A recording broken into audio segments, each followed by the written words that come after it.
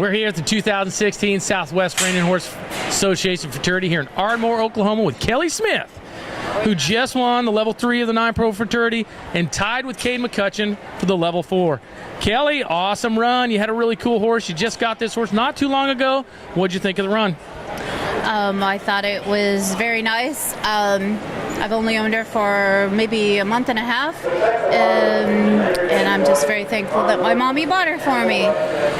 Well, that's pretty nice to have your mom buy you such a nice horse. Now, when you haven't had a horse for that long and, you're up against, the best horses in the country, which you're used to, you have a new horse, trying to figure it out at these major events. How nerve-wracking is that, not having, to know all the buttons on the horse when you first get it? It's not nerves. It's more like it's my job. So, when it's tough, like when I'm in this kind of situation, I think I'm better. I'm better when I have to dig deep and try harder. I'm better. I'm better under pressure. How's that? When I'm complacent, it's like ho-hum, go be whatever. But when you really have to try hard, I'm better. I'm better in those situations, way better. And this horse is special. I think she fits me way better than any horse I've had for a long time, probably better. She's as good as the two that I won the Futurity on. I consider her to be those type of horses, which, again, I'm very blessed and I feel fortunate to have one like this because it's been a long time, very long time. Yeah, it's sure nice when you can get one that is going to have a chance at winning. Now, you tied with Cade McCutcheon. I heard you back there at the warm-up pin that you were kind of wanting to do the runoff, but just more to get your horse in the pin again so you could run around. What helped you decide not to do the runoff? Most of all, I wanted to show her again to try to get prepared for the Futurity, but most of all, it was about not wanting to be second. And, I know Cade is a great competitor. He probably has a great horse. And I didn't want to take anything away from that mare. I wanted her to go ahead and be a co-champion. I didn't want her to be second. And, I talked with Danny about what I should do because I was all about running again at the moment. And then after a while, I cooled off and thought, the things that we didn't do in the arena, she was kind of spooky. She's been shown very little.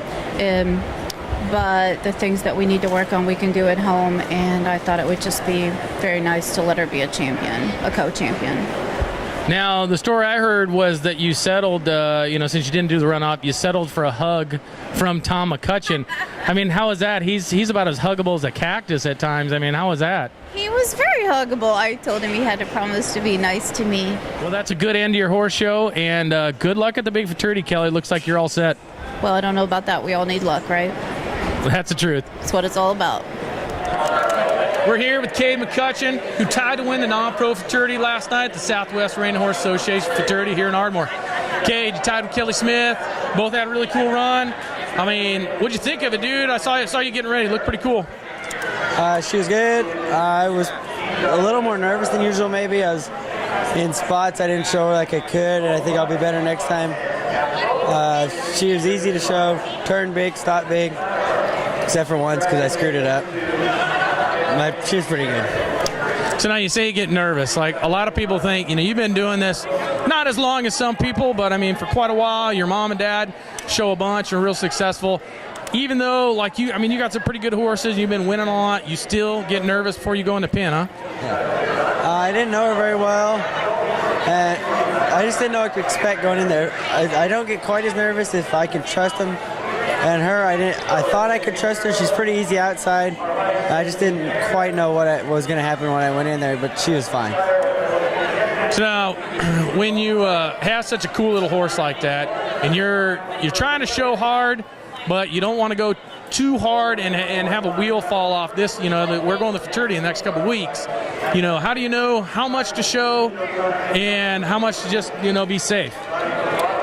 Well, Tim was standing there telling me to slow down most of the time, so that helped. When he says easy when I go by him, that means probably don't go any faster. So I don't go any faster. Gotcha. Now, we didn't get to visit at Vegas. You had a little trouble at Vegas. Dropped the rein. Seriously, man, that's tough because your horse was doing really good. How do you come from that and then turn right back around and do as well as you did here? How much did that mess with your brain?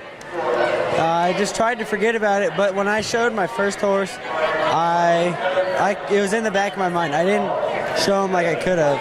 Like in spots where I used to crawl up the rein, I didn't do it because I didn't want to drop it. But by the time I got past that, I forgot about it. Well, dude, congratulations. Hopefully you win. Good luck, dude. Thank you.